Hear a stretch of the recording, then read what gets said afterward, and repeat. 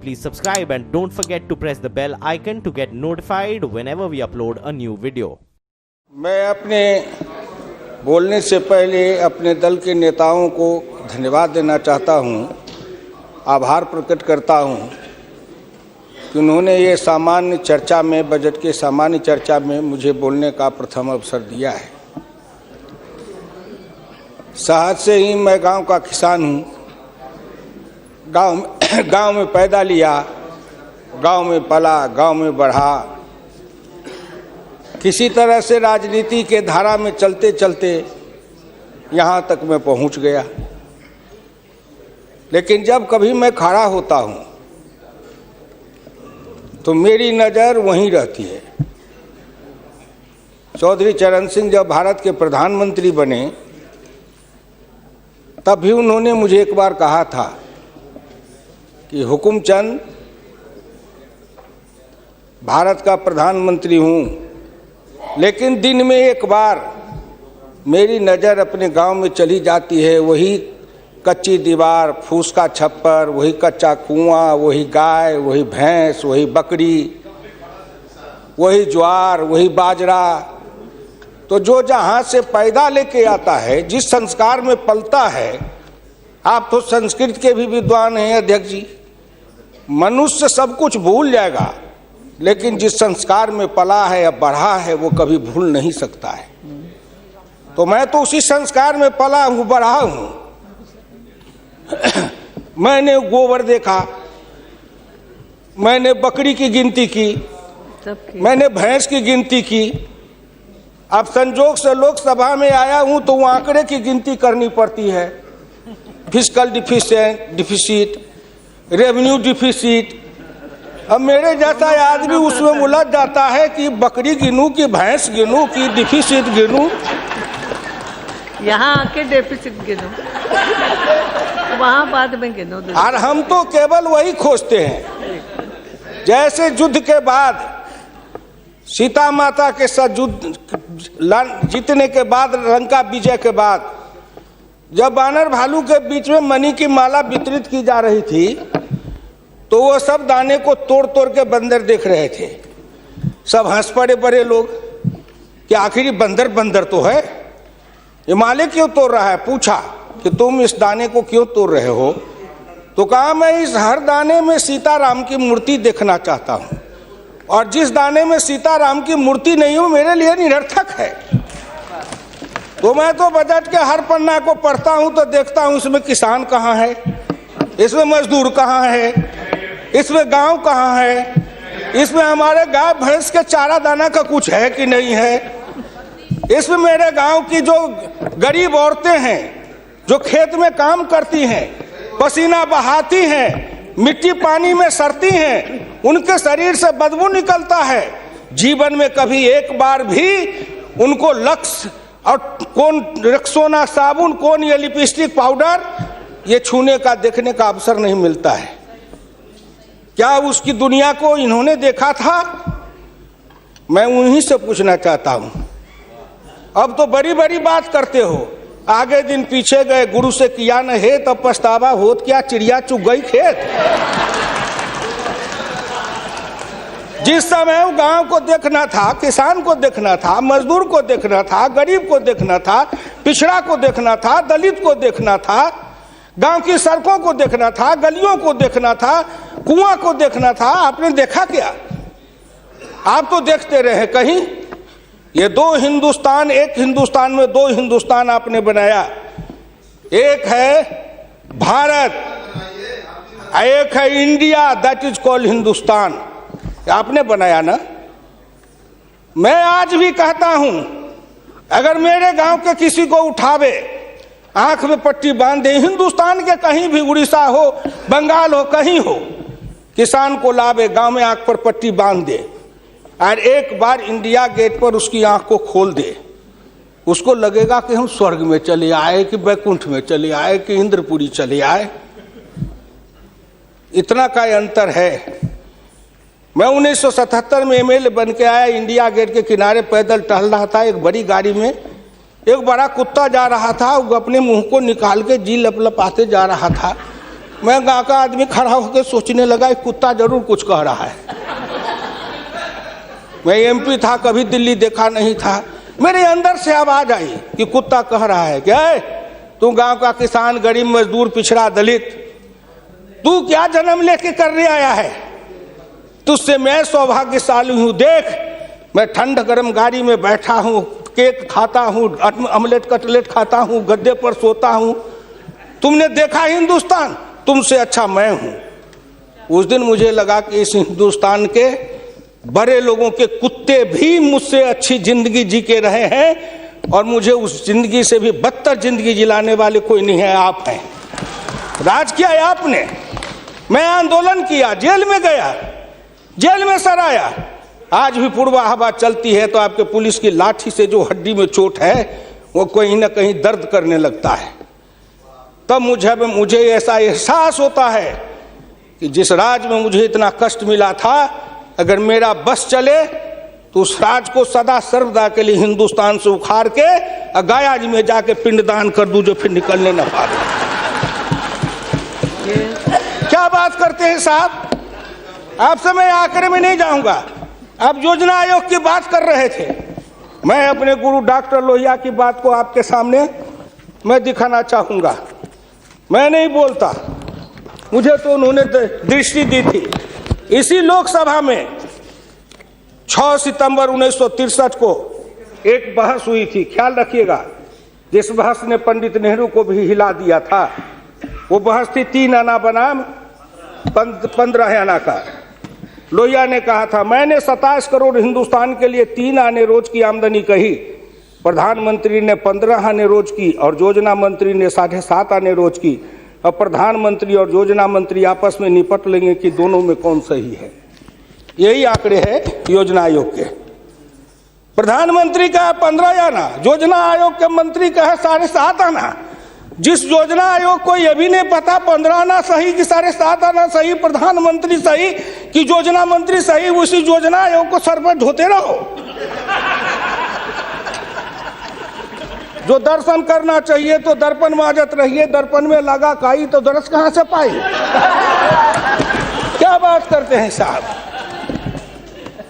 इस हिंदुस्तान में अगर किसी का, मैं प्रधानमंत्री जी बैठे हैं, मैं भुक्तभोगी हूं, जिस रोग से मैं पीड़ित हूं, कहीं ना कहीं उस रोग से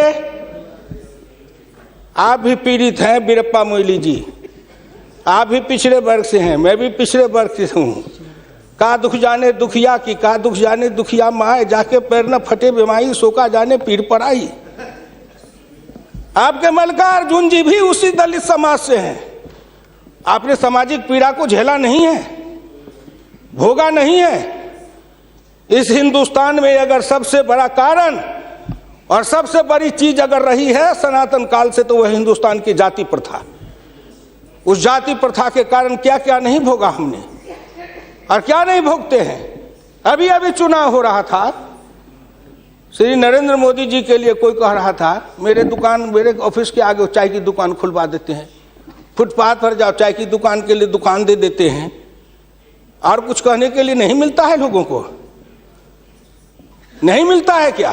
क्यों उपहास करते हो? मैं लोकसभा में हूं, अगर कोई कहे, शरद यादव गए थे चुनाव लड़ने के लिए अमेठी में, लोकदल से नारा लगा था, शरद यादव वापस जाओ, लाठी लेके भैंस चराओ। कर्पूरी ठाकुर जैसा नाई का बेटा गरीब, जिसके नेतृत्व में बिहार में इतना परिवर्तन किया, वो बिहार का मुख्यमंत्री बना, 27% आरक्षण दिया, हाई स्कूल तक फीस माफ किया, मिडिल स्कूल तक फीस माफ किया, 5 एकड़ से मलगुजारी माफ किया। और कर्पूरी ठाकुर के लिए नारा लगा था, कर्पूरी ठाकुर दिल्ली जाओ, छुड़ा लेके सैलून खोलो। क्या क्या नहीं सहा हूं, क्या क्या नहीं देखा हूं, इसलिए दिल के अंदर वो दर्द और पीड़ा है। क्या आखिर कहीं ना कहीं मुझे यह भी लगता है, क्या हिंदुस्तान के पिछड़े और दलित समाज के लोगों ने अपराध किया था कि उसमें जन्म लिया? किसी ने भगवान के यहां दरखास्त दिया था कि मुझको तेली बना दो, मुझको लोहार बना दो, मुझको कुर्मी बना दो, मुझको कहार बना दो, मुझको अहिर बना दो, मुझको कलवार बना दो? कोई दरखास्त देके तो नहीं आया। आज वित्त मंत्री जी को धन्यवाद देगा, प्रधानमंत्री को, कि उन्होंने बजट में कुछ ऐसी योजनाएं बनाई है जिससे हिंदुस्तान के जाति प्रथा के बंधन को ढीला करने का अवसर मिलेगा। जब उनकी आर्थिक चेतना बढ़ेगी, आर्थिक विकास होगा कब? जब गांव में पैसा जाएगा तब, गरीब के हाथ में रोजगार जाएगा तब, उनकी आर्थिक उन्नति होगी तब कहीं जाके उनके जीवन में विकास होगा। आपने सोचा कि गांव का विकास कैसे होगा? क्या प्रधानमंत्री ग्रामीण सिंचाई योजना कोई मामूली है? खर्च पर पाबंदी लगाते हुए डॉक्टर लोहिया ने इसी लोकसभा में बहस करते हुए पंडित नेहरू से कहा था, मैं कुछ नहीं चाहता, एक काम कर दो, सारे लोगों के, बड़े लोगों के खर्च पर सीमा लगा दो, आय पर, आमदनी पर नहीं, खर्च पर सीमा लगाओ, इससे अधिक खर्च नहीं करेगा, और उससे जो पैसा बने उसके एक सिंचाई योजना बनाओ और 20 साल का बॉन्ड बनाओ। मैं कुछ नहीं कहता, केवल हिंदुस्तान के हर खेत में पानी पहुंचा दो, हिंदुस्तान की तरक्की हो जाएगी। डॉक्टर लोहिया इसी सदन में कहे थे। वो तो अग्रवाल थे, बनिया थे, उनको क्या जरूरी थी इस बात को बोलने का? लेकिन मैं कहता हूं कि हिंदुस्तान के गरीब, निर्धन, निर्बल और पिछड़ों का इस युग में अगर एकमात्र राजनीतिक मसीहा पैदा कोई लिया तो डॉक्टर राम मनोहर लोहिया थे, जिन्होंने जगाया, नेतृत्व को पैदा किया गांव के गली से। इसलिए मैं आपसे विनम्र प्रार्थना करना चाहता हूं कि अगर प्रधानमंत्री ग्रामीण सिंचाई योजना से हर खेत को पानी, हर हाथ को काम, दीनदयाल उपाध्याय जी ने कहा, डॉक्टर लोहिया ने कहा, 1 बीघा खेत और 1 गाय, अपनी खेती अपनी राय। हम तो ये लड़ते आ रहे हैं और आज वो सपना साकार हो रहा है। इसलिए मैं आपसे विनम्र प्रार्थना करना चाहूंगा कि सवाल है दृष्टि का, दिशा का और संकल्प का। आपकी दृष्टि कुछ और थी, अब दृष्टि बदली है। हिंदुस्तान के गांव के गरीब, पिछड़े दलितों ने मिलकर कन्याकुमारी से कश्मीर तक, कामरूप से द्वारका धाम तक, इस आसान के साथ आपके शब्दों में, जिनको आप अपने ऑफिस के आगे चाय की दुकान खुलवा रहे थे, वो चाय की बेचने वाला, रेल के फुटपाथ पर पानी पिलाने वाला गरीब, निर्धन, जिनकी मां मजदूरनी का काम करती थी, ऐसे के बेटा को भारत के प्रधानमंत्री की कुर्सी पर बैठाया कि नरेंद्र मोदी आएगा, भारत का प्रधानमंत्री बन जाएगा, गांव गरीब, किसान, मजदूर के भाग्य चमक जाएगा। उन्होंने इसलिए सपना को देखा है। वो हो जाएगा क्या? ये 9 महीना में हो जाएगा। आप नेता बोलते थे, मैं सुन रहा था, मुलायम सिंह आदरणीय बोल रहे थे, मेरे साथी हैं, वर्षों तक समाजवादी आंदोलन में लड़े, कि 9 महीना में तो बच्चा पैदा हो जाता है। मैंने कहा कितनी वैज्ञानिक बात कर रहे हैं, ये तो वैज्ञानिकता है, प्रकृति का नियम है, 9 महीना में बच्चा पैदा होता है। लेकिन जो बच्चा पैदा होता है, क्या वो बच्चा 9 महीना में फिर बच्चा पैदा कर देगा क्या?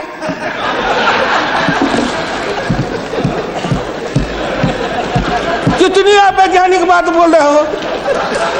इस सरकार का 9 महीना हुआ, 10 महीना हुआ, सरकार पैदा हुई, अब क्या सोचते हो? आप क्या सोचते हो? इसलिए आपसे मेरी विनम्र प्रार्थना है कि संभलो, अभी भी आप संभलिए, प्लीज प्लीज, अभी आप संभलिए। आप बजट को क्या समझते हो? आप बसीर रहिए। मैं वीरप्पा मोइली साहब नहीं हूं। वीरप्पा मोइली साहब आंकड़े बता रहे थे, मैं उन आंकड़ों का जवाब दे रहा हूं कि आपने इतने दिन ये आंकड़े अब हमको पढ़ा रहे हैं। आपने क्या आंकड़े पढ़े थे? आपने आंकड़े पढ़े? 1951 में किसान थे 71.9%, 211 आपका राज, घट के हो गए 45.10 पॉइंट, 26.08 पॉइंट, किसान गायब हो गए। कहाँ गायब हो गए? कहीं नहीं गायब हुए। खेतिहर मजदूर थे 28.1 पॉइंट, और वो घट करके हो गए 17.5, वो बढ़ गए 26.08। अध्यक्ष महोदय, जितना किसान गमा उतना खेतिहर मजदूर बनाया। ये आंकड़े नहीं है क्या? ये सच है कि नहीं? तो आप बजट बनाते रहो। बड़े बड़े अर्थशास्त्री आए, एक विद्वान आए अर्थशास्त्र के, कहां से? वो हार्वर्ड वाले। हमका कहा हार्वर्ड? हमने कहा देश को कर देगा हार्वर्ड। ये हर्बट वाला हर्बर करेगा। हिंदुस्तानी अर्थशास्त्री चाहिए अरुण जेटली के जैसे। और ये कहां गए बोलिए? अगर ये चौधरी चरण सिंह हिंदुस्तान के जितने कृषि अर्थ ग्रामीण अर्थशास्त्री हुए, जेसी कुमारप्पा से लेकर चौधरी चरण सिंह तक, सबने एक ही बात कहा, खेती पर से जो जो भार घटेगा त्यों तो गांव की उन्नति होगी, किसान खुशहाल होगा। खेती पर से भार को कम करो। आपने कम किया, लेकिन हमको बनाया क्या? ऑफिसर बनाते, नौकरी देते, उद्योग लगाते, हाथ में काम देते, साइकिल देते, मोटरसाइकिल पर चढ़वाते, तब न समझते। हम किसान थे, हमको मजदूर बना दिया, झुग्गी झोपड़ी में डाल दिया, गंदी जिंदगी, कीड़े की जिंदगी जीने के लिए हमको रख दिया। जो गांव में बसने वाले थे वो 82.7 थे और घट के हो गए 68.08। 14% गांव के लोग गायब हो गए। कहां गायब हो गए? गायब होके कहां गए? आपके यहाँ दिल्ली में फुटपाथ पर सोते हैं, पेड़ के नीचे सोते हैं, पेड़ के नीचे जन्मते हैं, बलते हैं, बढ़ते हैं, पेड़ के नीचे शादी करते हैं, हनीमून बनाते हैं, वहीं फिर बच्चा पैदा करते हैं, फिर पेड़ के नीचे ही अपना परिवार बसाते हैं। हमारे बच्चे को लाया, हाथ में रिक्शा थमाया, ठेला थमाया, फुटपाथ पर काम करवाया, गरीबी से मजदूर किया, कुत्ते के जैसे जिंदगी जीने के हमको मजबूर कर दिया। और ऊपर से आप बताते हैं कि हम अब तुम्हारे लिए क्या दे दिया? फूड सिक्योरिटी दे दिया। फूड सिक्योरिटी, दाना उपजावे, धान उपजावे हम, गेहूं उपजावे हम, अनाज उपजावे हम, मेहनत करे हम, हमको बस समझते हैं आप भिखमंगा। फूड सिक्योरिटी, हर आदमी पर 1 किलो चावल और 3 किलो गेहूं देंगे।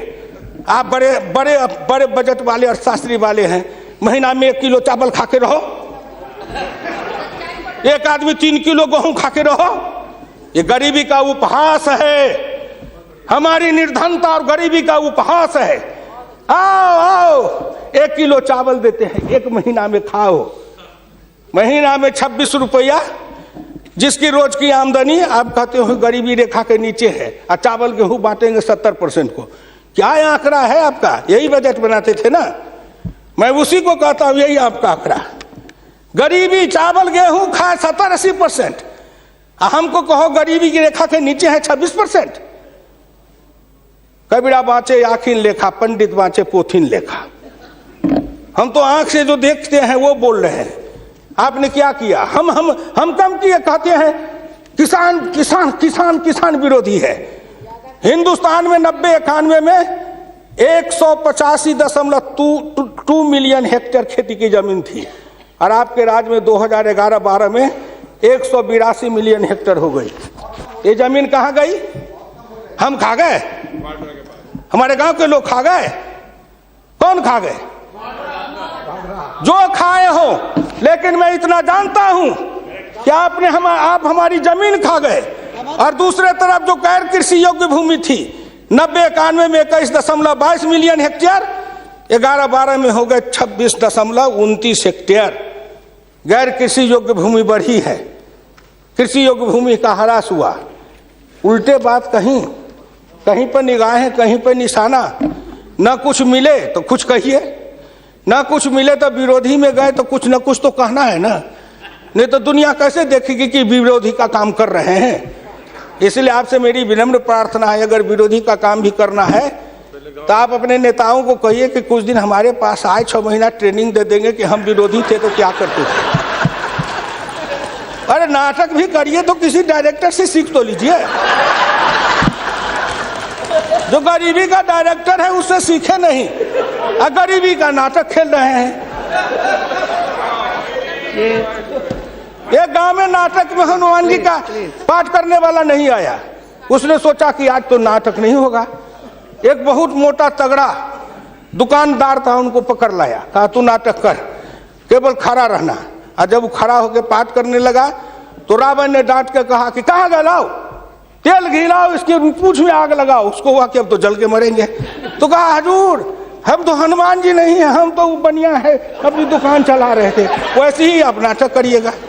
इसलिए आपसे मेरी विनम्र प्रार्थना है आपसे मेरी विनम्र प्रार्थना है कि इसको देखिए।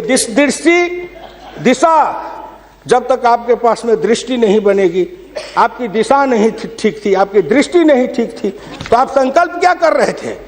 चलता है सब, आप कहे कि हम भी चले, आपका बजट चला, आपकी अर्थनीति चली, आर्थिक विषमता, सामाजिक विषमता, राजनीतिक विषमता, प्रशासनिक विषमता। क्या मैं पूछता हूं कि आपके किसी बजट से इन विषमताओं को अंत करने के लिए कोई काम किया? नहीं किया। इसलिए हमारे गुरु डॉक्टर लोहिया कहते थे कि हिंदुस्तान में जब तक जाति प्रथा है और जब तक इस जाति प्रथा का रोग रहेगा, तब तक हिंदुस्तान का कल्याण नहीं होगा। भ्रष्टाचार के पीछे भी जाति प्रथा है। कोई माननीय प्रधानमंत्री बैठे हैं, हिंदुस्तान के अंदर किसी को अगर चाहेंगे कुछ कर दे, प्रधानमंत्री रहते हुए क्या है जो कर देंगे? जिस जात का सरकारी नौकर होता है, मैं भी इतने दिन तक 54 वर्ष रह के देखा, मंत्री रह के देखा, जिस जात का सरकारी नौकर, उसके ऊपर कलम उठाइए तो उसके जात का न जाने कहां से कहां सभी जगह से लोग आ जाते हैं उसको बचाने के लिए। जात पर हमला, अगर किसी बेईमान पर हमला है तो जात पर हमला, किसी भ्रष्टाचारी पर हमला है तो माना जाता है जात पर हमला है। इस जात को तोड़ने के लिए सबसे बड़ा कदम उठाना पड़ेगा। मैं वित्त मंत्री जी को धन्यवाद देता हूं, प्रधानमंत्री जी को, कि कुछ योजनाएं ऐसी आई हैं, लेकिन मैं एक प्रार्थना करूंगा। हमको कहते हैं कि आरक्षण की बात मैं कहता हूं शुरू दिन से, सदन सहमत हो और आप भी सहमत हो तो प्रधानमंत्री जी से कहूं कि तुरंत लागू करिए, लेकिन इसमें सहमति का सवाल है, राष्ट्रीय सहमति, सदन की सहमति, आपकी सहमति। सब आरक्षण मेरा खत्म कर दीजिए, लेकिन एक कर दीजिए, सरकारी नौकरी और सरकारी सेवा, इन दोनों के लिए अंतर जातीय विवाह को अनिवार्य करिए। न रहेगी जाति, न रहेगा बांस, न बजेगी बांसुरी, जातियां टूटेगी। अंतर जातीयता के कारण हिंदुस्तान में एक जाति बनेगी, वह जाति बनेगी भारतीय, वह जाति बनेगी मानव जाति। इन जातियों के रेखा को तोड़िए। इसके लिए अगर कर सकते हैं तो आप सहमत है तो बोलिए। आप कहते हैं गरीब और अमीर मिटा देंगे, लेकिन न्यूनतम और अधिकतम की रेखा तय कर दे, यह सरकार करना चाहे, नरेंद्र मोदी जी चुटकी में कर देंगे, क्योंकि इनका क्या बिगड़ेगा? इनका कुछ नहीं बिगड़ेगा। नरेंद्र मोदी जी अगर न्यूनतम और अधिकतम की रेखा तय करेंगे तो इनका कुछ जाएगा, न परिवार का जाएगा, न बाल बच्चे का जाएगा, किसी का कुछ नहीं बिगड़ने वाला है। लेकिन चिल्लाने लगेंगे तो हम 100 से कम, न 1000 से ज्यादा। समाजवाद का यही तकाजा, बड़े समाजवाद की बात करते हैं। मैं ज्यादा समय नहीं लूंगा, मैं इनको समाजवाद की बात अपने गुरु डॉक्टर लोहिया की पढ़ के सुना दूंगा। और हमारे कुछ समाजवादी हैं, अब वो तथाकथित समाजवादी हो गए हैं। समाजवादी तो रहे नहीं, लेकिन तथाकथित हैं। आप मुझको कह देंगे कि आप भाजपा में चले गए, मैं भाजपा में क्यों आऊं? आपके ऐसे दल बने, इस दल के टुकड़े 1000 हुए, कोई यहाँ गिरे, कोई वहां गिरे। मैं कहाँ दौड़ा फिरता, मैं चला आया भाजपा में। मैं भारतीय जनता पार्टी के नेताओं को धन्यवाद देना चाहता हूं कि हुकुमदेव नारायण 3 बरस से ज्यादा किसी पार्टी को दुरुस्त नहीं रहने देता था। आज 20 बरस से भारतीय जनता पार्टी में अटल अटक खड़ा हूं। इस पार्टी में जब तक कोई ताकत नहीं है, अडवाणी जी में, अटल जी में, नरेंद्र मोदी जी में, इन सब लोगों में जब कोई गुण नहीं है, तो मेरे जैसे उदंड आदमी को 20 वर्ष तक अपने पिंजरे में रख लिया है, कोई साधारण योग्यता है? इस बात को समझो। मैं आखिरी में कहूंगा, अध्यक्ष महोदय, समाजवाद हर किसी से अन्य सिद्धांत की तरह एक होता है थोक, एक होता है फुटकर, एक होता है सगुन, एक होता है निर्गुण, एक होता है सिद्धांत, एक होता है कार्यक्रम। समाजवाद से एक सीढ़ी नीचे उतरो, उस सीढ़ी का नाम है बराबरी। उस बराबरी से एक सीढ़ी नीचे उतरो। गौर करिएगा कौन कौन बराबरी? आर्थिक बराबरी, सामाजिक बराबरी, राजकीय बराबरी, धार्मिक बराबरी। उससे एक सीढ़ी और नीचे उतरो, तब उसके बाद आएगी समता, संपूर्ण समता, संभव समता। तब एक सीढ़ी और नीचे उतरो, तब अधिकतम और न्यूनतम की सीमा लगाओ। यह धार्मिक बराबरी की भी बातें भी की गई है। अगर हम धार्मिक बराबरी पर जी समाप्त करेंगे, अगर धार्मिक बराबरी पर मुझे कहा जाए तो मैं कहने लगूं तो कितनी अपनी पीड़ा सुना दूंगा कि धार्मिक बराबरी इस देश में कैसी है। उसके संबंध में मैं ज्यादा समय नहीं लेकर के केवल आपके सामने मैं सुना देना चाहूंगा। समन्वय दो तरह का होता है, एक दास का समन्वय, एक स्वामी का समन्वय। मैं नहीं कहता, महान समाजवादी अर्थशास्त्री डॉक्टर लोहिया ने इसी सदन में 26 मार्च 66 को कहा था। गौर से शब्दों को सुनिए। समन्वय दो तरह का होता है, एक दास का समन्वय, एक स्वामी का समन्वय। पिछले 1000 बरस के इतिहास से हिंदुस्तान ने स्वामी का समन्वय नहीं सीखा, वह एक दास का समन्वय रहा है। मैं तो श्री नरेंद्र मोदी जी सरकार से कहूंगा कि 1000 साल से भारत दास भाव से सांस्कृतिक समन्वय में रहा है। अगर वो स्वामी भाव का समन्वय में भारत आना चाहता है तो क्या अपराध है। इसलिए उन्होंने कहा इस संबंध में मैं खाली परदेशियों को ही दोष नहीं देता, उनके सबब से जितने भी इतिहासकार हैं वे सभी जहर में बिल्कुल घुल जाते हैं। आज भारत के 2 इतिहास के स्कूल हैं, एक डॉक्टर ताराचंद, एक डॉक्टर मजुमदार, एक और है जो दोनों के दोनों इसी समन्वय धारा के हैं, विविधता धारा के हैं। भारत क्या है उसको भूलकर भारत के जो विभिन्न अंग है उनकी तरफ निगाह चली जाती है। क्या बात करते हैं साहब। तो इससे मेरी विनम्र प्रार्थना है सदन से, अध्यक्ष महोदय, मैं हाथ जोड़ के प्रार्थना करता हूं सदन से भी, और इस लोकसभा के चैनल को हिंदुस्तान के करोड़ों लोग देख रहे हैं। मैं उन गांव के गरीबों, किसानों, मजदूरों से कहता हूं, गांव गरीब, मजदूर, किसान, पिछड़ा, दलित और नौजवान, मिलके देश बनाओ, आओ देश बनाएंगे। और नरेंद्र मोदी के प्रधान रहते हुए एक बार नहीं, अगर हिंदुस्तान में आपने जितने दिन रहा, एक बार में तो थोड़ी सी रेखाएं बनाई जाएगी, दूसरे बार में मिट्टी डालेंगे, तीसरे बार में तब न पिचिंग करेंगे। तो हमको भी आपको इतना समय दिया, तो मैं गांव गरीब, किसान, मजदूर, पिछड़े, दलित, इन सब से हाथ जोड़ के प्रार्थना नौजवानों से करना चाहता हूं, आओ कदम में कदम मिलाओ, मिलके हिंदुस्तान को बनाओ, समता लाएंगे, आर्थिक समता, सामाजिक समता, राजनीतिक समता। अगर इन्होंने मुझको 12 रुपया महीना पर जीवन बीमा कर दिया तो बड़े लोगों का कलेजा फटने लगा कि 12 रुपया में सबको जीवन बीमा कर रहे हैं। खेत में काम करेंगे, बीमार पड़ेंगे, मरेंगे, तो हम जिम 1 रुपया, हाँ 12 रुपया साल, 12 रुपया साल, 1 रुपया महीना। तंबाकू का गुटखा भी खाते हैं तो 3 रुपया में मिलता है, उससे भी सस्ता जीवन बीमा इस सरकार ने दे दिया गरीबों को। करेजा तो इसलिए फट रहा है, करेजा में दर्द इसलिए है, इन्होंने जो और योजनाएं चलाई, गाय के पशुपालन के लिए, गाय के उत्थान के लिए योजना, इत्यादि इत्यादि कई योजना है, क्या गिनाऊं। हरि अनंत हरि कथन अनंत। मुद्रा बैंक बनाए, उसमें छोटे इकाई वाले को कर्जा देंगे, छोटी इकाई, वो छोटी इकाई का जो गांव वाला कर्जा खाएगा उसको किसको देंगे ये। इसलिए आपसे मेरी विनम्र प्रार्थना है कि 1 सेकंड में, 1 मिनट में इस बात को कह के खत्म करूंगा। राष्ट्रीय नमूना सर्वे के मुताबिक देश में 5.70 करोड़ उद्यमी हैं, इनमें 11 लाख करोड़ रुपए की पूंजी लगी हुई है, इनसे 12 करोड़ लोगों को रोजगार मिल रहा है।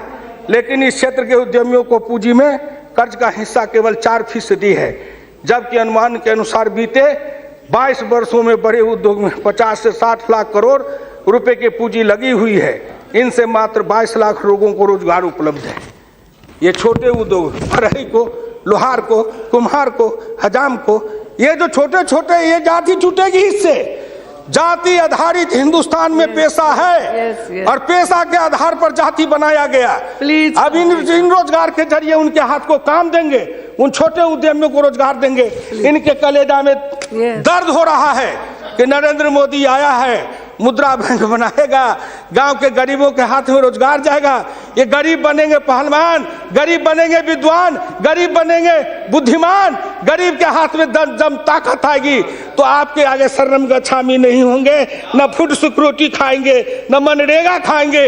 हम अपने पसीना और पुरुषार्थ से, अपनी कमाई से इस देश को बनाएंगे। हम आपके भिखमंगा बन के जिए हैं, अब हम स्वाभिमान के साथ जिंदा रहना चाहते हैं। इसलिए मैं भारत के प्रधानमंत्री और वित्त मंत्री को धन्यवाद देता हूं। बहुत बहुत धन्यवाद। Please subscribe and don't forget to press the bell icon to get notified whenever we upload a new video.